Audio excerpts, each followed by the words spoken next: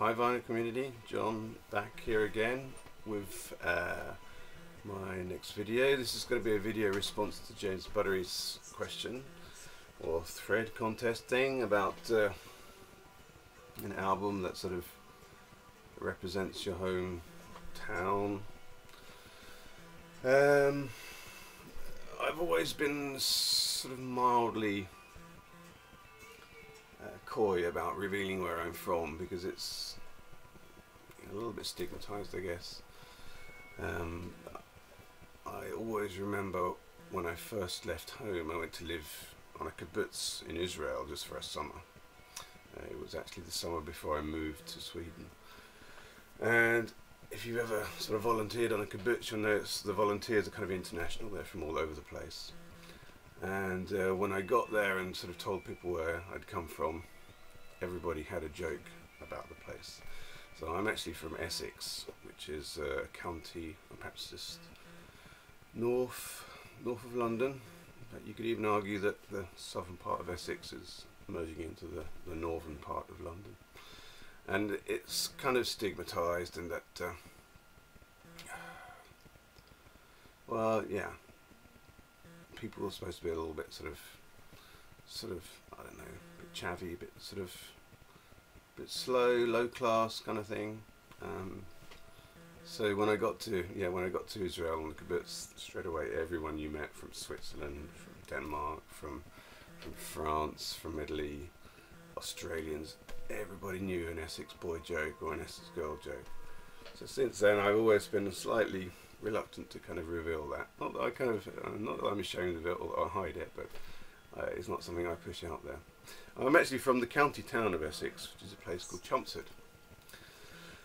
And as far as I can see in the research that I've done, I can't really see that there's an awful lot of sort of musicians that come from there. It's not to say that people don't play music there, I'm sure they do, but in terms of, you know, musicians that everyone would be familiar with, the only name that I can find is it Keith Flint, the vocalist from the Prodigies from Chelmsford. Outside of that, I can't really see that there are many other people that I'm aware of anyway. However, in and around Essex, there's quite a rich musical culture, particularly from some of the surrounding towns. And one of the things that I know was something that emerged there quite rapidly was this, what they call the pub rock culture. The pub rock scene was sort of the scene, sort of the bedrock for what became the London punk scene. People like Ian Dury and the Blockheads, Elvis Costello, Dr. Feelgood, Eddie and the Hot Rods, and many of those sort of type of acts. They were sort of doing the pub circuits around London, but also around Essex, particularly in some of the towns that are sort of close by to that region of Essex. And also in Essex, it's quite famous for being the place where some of these artists come from. I'm going to show now. So, for instance, a town called Basildon, which is a short way away from my hometown, is where Depeche Mode comes from. Depeche Mode are sort of famous from coming from Basildon, I guess.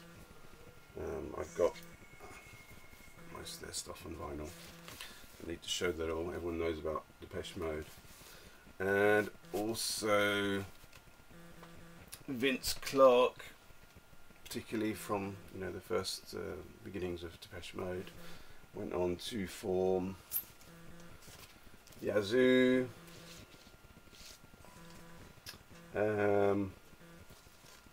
together with Alison Moyet. There's a picture of her in here. Right. Alison Moyet, of course, is yeah, there she is, Alison Moyet. She's actually from Billericay, I understand, which again is another small town close to Chelmsford in Essex. So that whole sort of what they call synth pop scene was sort of big in the early 80s, originating from there. Another person which I've learned just through reading up on Wikipedia, was this guy, Steve Marriott. Steve Marriott, of course, famous for being part of the Faces, the Small Faces, and then going on to form Humble Pie.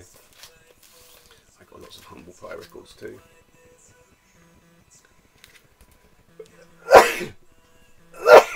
Excuse me.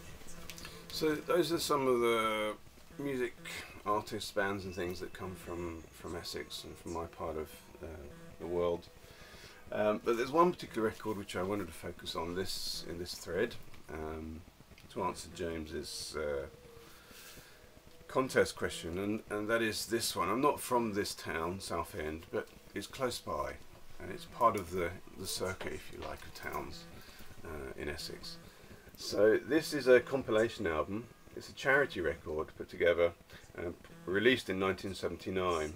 It's called Southend Rock, and it's a charity record. So I think it's a lot of local artists that were active in that time, and it's really quite interesting to listen to.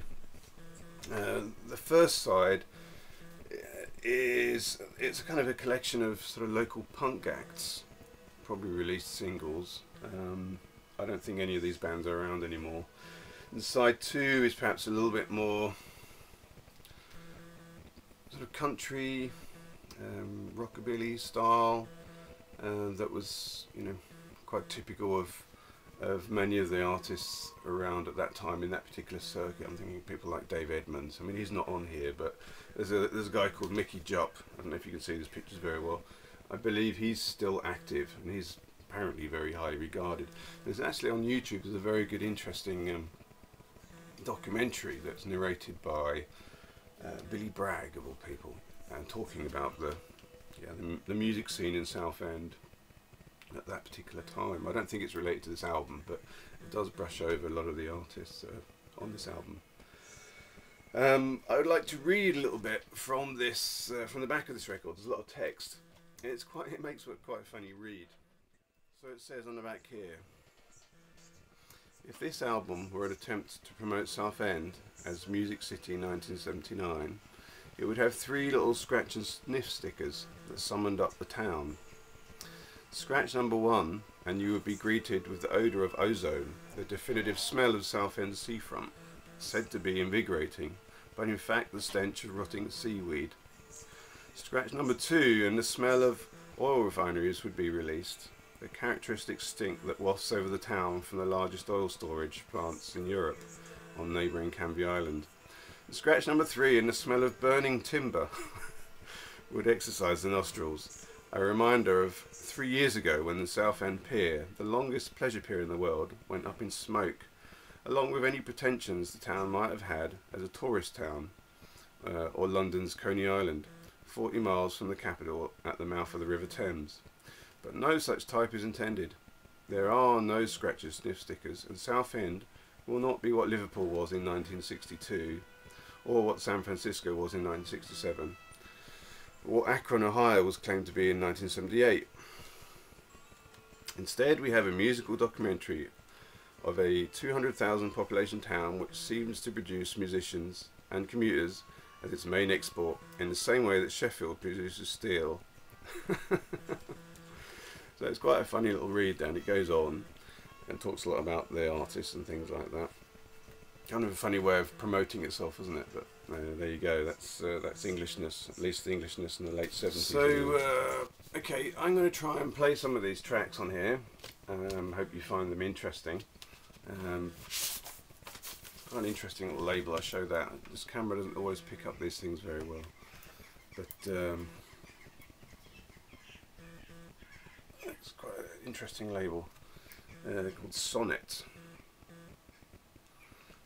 Okay, right. Listen out for this.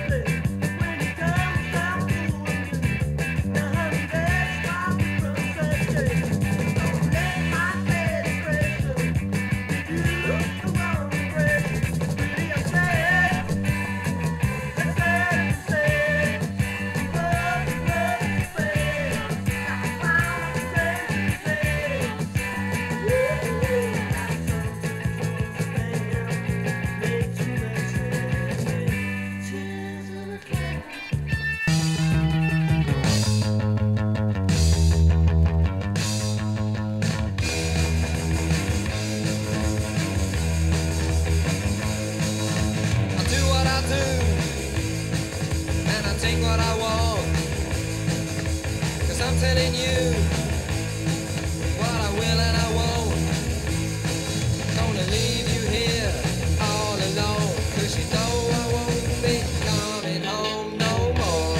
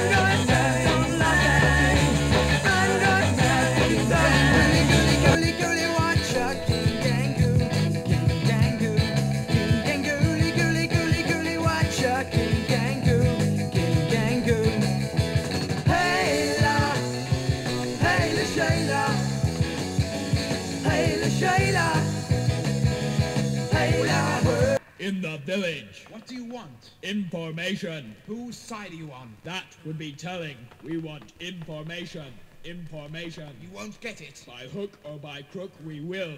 Who are you? I am the new number 2. Who is number 1? You are number 6. I'm not a number. I'm a free man.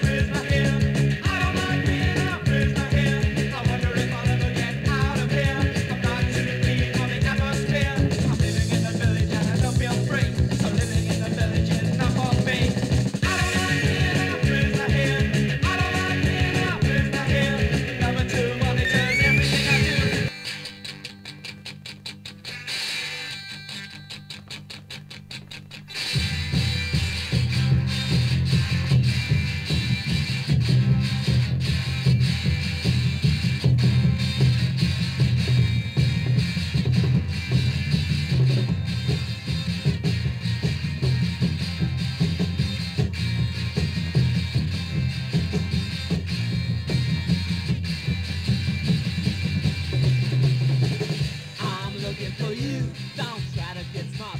I'm looking for you, you gotta play your part.